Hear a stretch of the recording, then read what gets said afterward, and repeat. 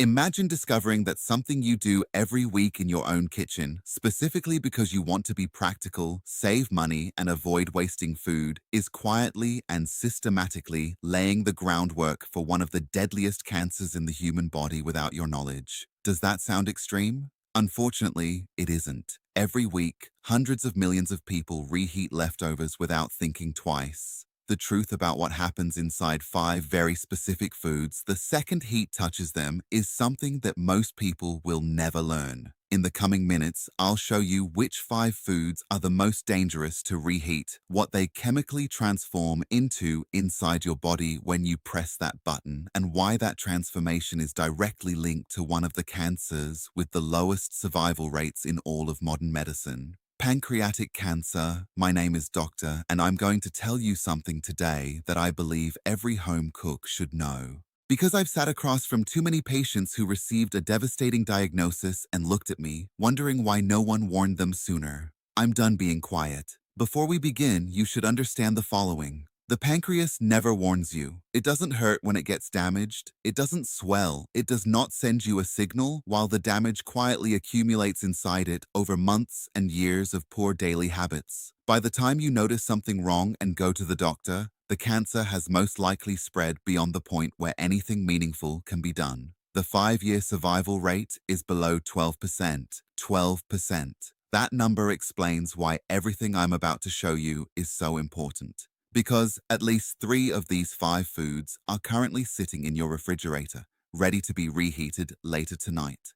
Let's start with the one that I guarantee will surprise you the most. Because it is something that the entire health and wellness industry has been urging you to consume more of for the past 2 decades. Consider those crispy golden fries left over from last night. The ones you covered but promised yourself you'd finish tomorrow. That fried chicken you wrapped carefully in foil because it seemed wasteful to throw it away. That leftover spring roll in the corner of your refrigerator. What will you do the next day? You probably put it in the microwave. Or, even worse, you reheat the pan with some fresh oil to crisp it up again. It is at this point that you activate a chemical process within the food that your pancreas has almost no defense against. And this is the part that almost no one tells you. Cooking oils, specifically those found on most people's kitchen shelves right now, sunflower, corn, and soybean oil. These are extremely unstable when heated. When heated a second time, they undergo extensive oxidative breakdown. This process produces a class of toxic compounds known as aldehydes. The names of the 2 most dangerous ones are unlikely to be pronounceable. 4-hydroxynonenal melandialdehyde. But you don't have to remember the names. You simply need to understand how they affect your body.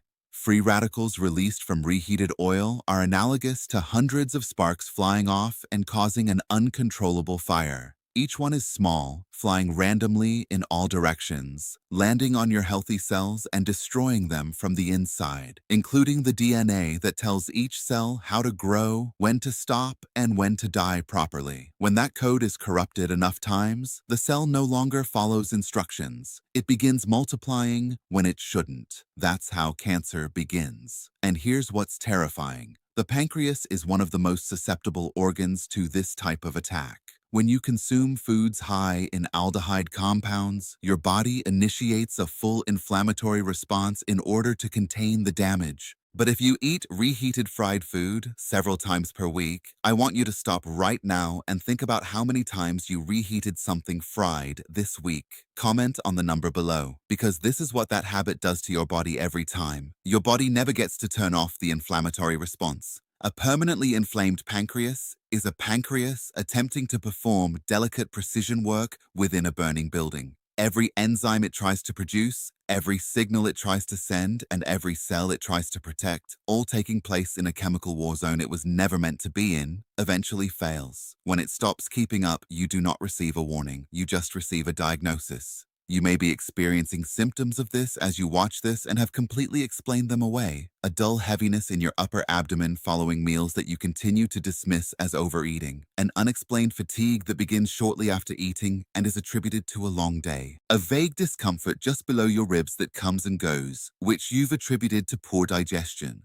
It may not be due to poor digestion. So, how do you protect yourself? The first rule is non-negotiable. Never reheat fried foods in oil. Never fresh or the same oil. Use a dry oven set to 180 degrees or an air fryer. Dry heat restores the texture while preventing any new chemical damage. The second rule states that frying oil should be used only once. Fry today, throw it away today, because that choice, a bottle of oil versus not getting pancreatic cancer, is one you make every week without even realizing it. Get ready, because the second food on this list will surprise you far more than the first. I know this because I've been recommending it to patients for several years. Something found on every superfoods list ever written. Something that every nutrition expert on the planet agrees is one of the healthiest foods you can consume. And when you reheat it, it transforms into something it should not. On a Sunday evening, imagine cooking a beautiful pan of sautéed spinach with garlic and olive oil. Deep green, perfectly wilted. You genuinely feel good about yourself. You are in good health. You're eating your greens. You're doing exactly what you should be doing. You store the leftovers in a container in the refrigerator. Monday lunch is taken out and microwaved for 90 seconds. It tastes, looks, and smells exactly the same. And while you're eating it, that second round of heat has caused a chemical reaction inside the spinach that the World Health Organization has officially linked to an increased risk of cancer. Here's what's happening inside that container. All leafy greens, including spinach, kale, chard, and arugula, contain naturally occurring compounds known as nitrates. Fresh, they are completely safe, no problem. However, when you cook these vegetables and allow them to sit, bacteria naturally present in the food begin to convert the harmless nitrates into something called nitrites. When the nitrites are heated again, they react with amino acids in the food to form compounds known as nitrosamines. Make that word a part of your memory. Nitrosamines. Nitrosamines are classified as probable human carcinogens by the International Agency for Research on Cancer, and they are genotoxic, which means they enter your cell's nuclei and cause DNA damage, not from outside, but from within the genetic machinery itself. Consider your DNA to be the master blueprint for your body's construction and repair processes. Nitrosamines are analogous to someone breaking into the blueprint room every few days and quietly changing one measurement, erasing one instruction. Your repair systems catch the majority of it, but not all of it. Over months and years of repeated exposure, the accumulated corruptions in that blueprint cause cells to behave abnormally. Here's what's particularly terrifying about your pancreas. When nitrosamines enter your bloodstream from reheated spinach, they travel to every organ in your body, and the pancreas is called upon to detoxify repeatedly, week after week, bathing in genotoxic compounds while being forced into chronic biochemical stress. How many times this week did you cook leafy greens and reheat them the next day? Please leave the actual number in the comments, because most people do this completely innocently, and that is what makes it dangerous. What's the fix? Eat cooked greens cold, like spinach in a grain bowl, tossed in a salad, or folded into a wrap. Every nutrient is still present. There is no formation of nitrosamine because there is no second heat source. If you need them warm, cook only what you need for that meal, not a batch for the week. And if you only reheat once, each subsequent heating cycle multiplies nitrosamine formation. That is not a metaphor, it is chemistry. Now on to the third food, which I believe will be the most shocking of the day because it appears to be the most innocent food in existence. There is no strong flavor or smell, and none of your senses can detect the danger inside. Think about the rice you cooked a few days ago. You made a large batch because it is simpler that way. You've been reheating parts of it every day. This is perfectly normal. Every single household on the planet does this. And since the rice stopped cooking and began cooling, a biological process has been quietly unfolding that most people have never been warned about. I need to introduce you to a bacterium known as Bacillus cereus. This organism can be found in raw rice at any supermarket around the world. Cooking kills active bacteria, but not the spores. A spore is a hardened biological survival structure produced by certain bacteria in order to survive in conditions that would otherwise kill them. Boiling water cannot kill them. Normal cooking temperatures cannot reach them. They lie dormant in your perfectly cooked rice, completely invisible to any smell or taste, waiting for the temperature to fall into their ideal multiplication range, which is precisely the temperature of your kitchen counter as the rice cools after cooking. When the temperature drops, those spores awaken, they multiplied, they produce toxins. And this is the most important detail. One of the toxins is heat stable. When you microwave the rice the next day, you kill the live bacteria. However, the toxin they produced while multiplying is unaffected by your microwave. It survives the reheating process completely intact and enters your body in perfect working order. Consider it like this. Imagine a factory producing toxic chemicals in your basement. Without your knowledge, you discover the truth and shut it down. You turn off all machines. However, the barrels that were produced before you shut it down are still sitting in the warehouse. Your microwave shuts down the factory, but the barrels are already in your bowl, ready for consumption. Now for the pancreas connection. Repeated low-level exposure to these toxins, even if it does not result in severe food poisoning, causes chronic low-grade inflammation throughout your gut. And scientists have clearly defined what they call the gut-pancreas axis. Your gut and pancreas have similar blood supply, lymphatic drainage, and inflammatory signaling pathways. A chronically inflamed gut always sends inflammatory signals directly to your pancreas. Without exception, how long has the rice been sitting in your refrigerator right now? 1 day, 3 days, 1 week? Comment on the actual number because it tells you exactly how much risk you've been quietly accepting. The fix. Cool the cooked rice within an hour of cooking. Spread it wide and shallow, not piled high. More surface area means faster cooling, which means that spores have less time to activate. Eat it within 24 hours. Reheat it completely until steaming hot throughout. Then eat it all. Do not return it to the fridge after reheating once. These are not complex rules. Most people have never been told these rules. Now for the fourth food. Almost every family eats this several times per week, and the danger stems from a specific feature of a very common kitchen appliance that creates invisible pockets inside food that appear perfectly safe from the outside. You prepared roasted chicken thighs last night, golden. Everything was perfectly cooked throughout. You saved them in a refrigerator container. Today for lunch, you place 2 pieces on a plate, microwave them for 2 minutes, touch the outside, which feels hot, and eat. This is a typical Tuesday in millions of homes. And the way the reheating occurred, microwave, 2 minutes, touch check on the outside, is precisely where the danger lies. Here's something most people don't know. A microwave does not cook food in the same way that an oven does. It causes heat to be generated by excitation of water molecules within the food. However, different parts of the same chicken have different amounts of water, density, and fat distribution. Some parts reach temperatures capable of killing bacteria. Other parts, just centimeters away, maintain the exact temperature required for bacteria to not only survive but multiply. These are known as cold spots. You cannot see them, you can't feel them from the outside. The outside can be scorching hot, while the center is at the exact temperature that harmful bacteria prefer.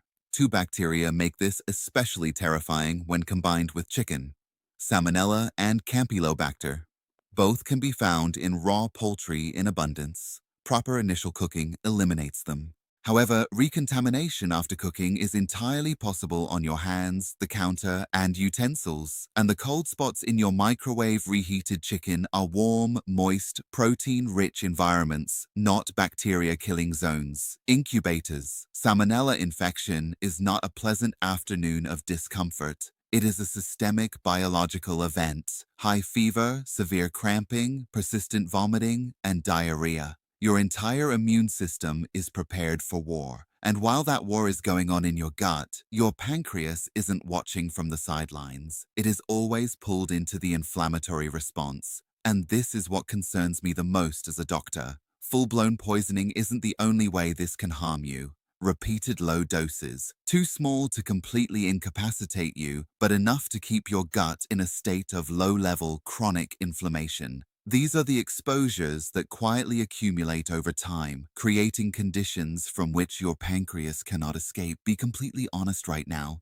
When you reheat chicken, do you make sure it is steaming hot all the way through the thickest part, or do you touch the outside and assume that the inside matches? Salmonella lives in the gap between assumption and reality. The fix: use the oven, 175 degrees Celsius, covered tightly with foil for 15 to 20 minutes. The moist, trapped heat permeates every part uniformly. There are no cold spots anywhere. If you must microwave the chicken, cut it into small, uniform pieces. Use medium, not maximum power. Stop halfway and rearrange everything. After heating, allow it to rest covered for 2 full minutes, or eat it cold. Cold chicken shredded into a salad eliminates all of the risks we've just discussed. No reheating, no cold spots, no inflammatory cascade reaches your pancreas. We have now reached the fifth and final food, and this one is unique in that it contains not one, but two completely different chemical dangers occurring at the same time.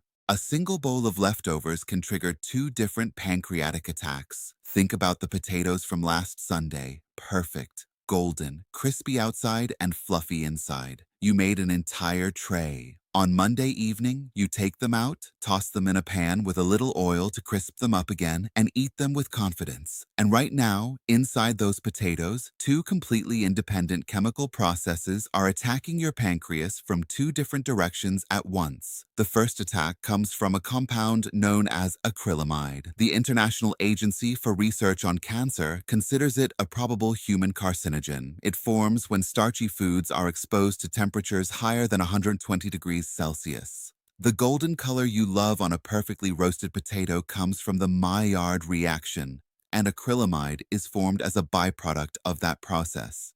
Here's why reheated potatoes are more dangerous than freshly cooked ones. When a potato is cooked once and then refrigerated, the surface dries. Sugars and amino acids concentrate on the dry surface. When you apply high heat again, the chemical conditions for acrylamide formation improve from the first cooking. You may be getting a significantly higher carcinogen load from reheated potatoes than from the original meal. That is attack number 1, direct carcinogenic damage to pancreatic cells. Attack number 2 exhausts your pancreas in a way that compounds silently over time. When potatoes are cooked and then completely cooled in the refrigerator, something remarkable occurs. A portion of the regular starch inside converts into resistant starch. Resistant starch is genuinely protective. It regulates blood sugar, slows glucose absorption, and supports beneficial gut bacteria. A cold-cooked potato has a completely different metabolic profile than a hot potato.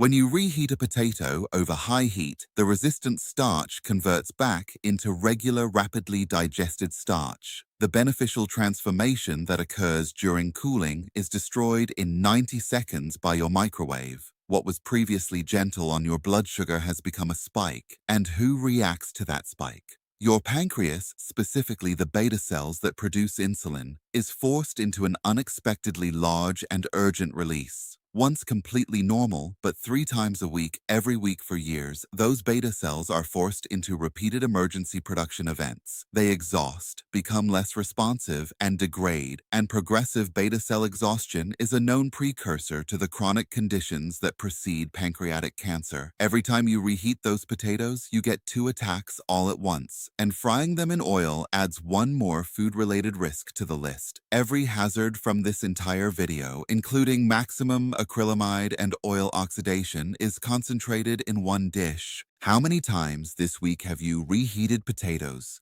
Comment with an honest number right now.